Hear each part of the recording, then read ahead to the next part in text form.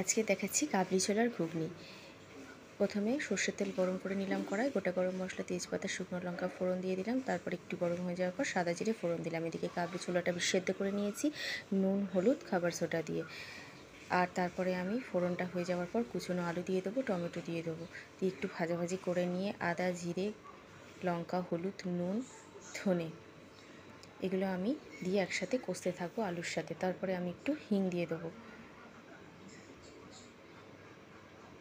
তারপরে হিং দিয়ে কষার পরে মশলাটা থেকে তেল ছেড়ে এলে একটু চিনি দিয়ে দেবো। চিনি দেওয়ার পরে আরেকটু ভালো করে কষিয়ে তেল ছেড়ে গেলে সিদ্ধ করা ছোলাটা আমি দিয়ে দেবো। ভালো করে সব কিছু একসাথে ফুটিয়ে নিয়ে একটু ঢাকনা দিয়ে ঢাকনা খুলে আমি একটা পিওর ভেজ মশলা দেবো। এই মশলাটা পিওর ভেজ এছাড়াও আমি দেবো গরম মশলার গুঁড়ো। তারপরেই আমার রেডি হয়ে যাবে কাবলি ছোলার ঘুগনি। আমি একটু ঝোল ঝোল পছন্দ করি, তাই ঝোল রেখেছি। আপনারা চাইলে ঝোলটা নাও রাখতে পারেন। এটি কিন্তু খুব টেস্টি।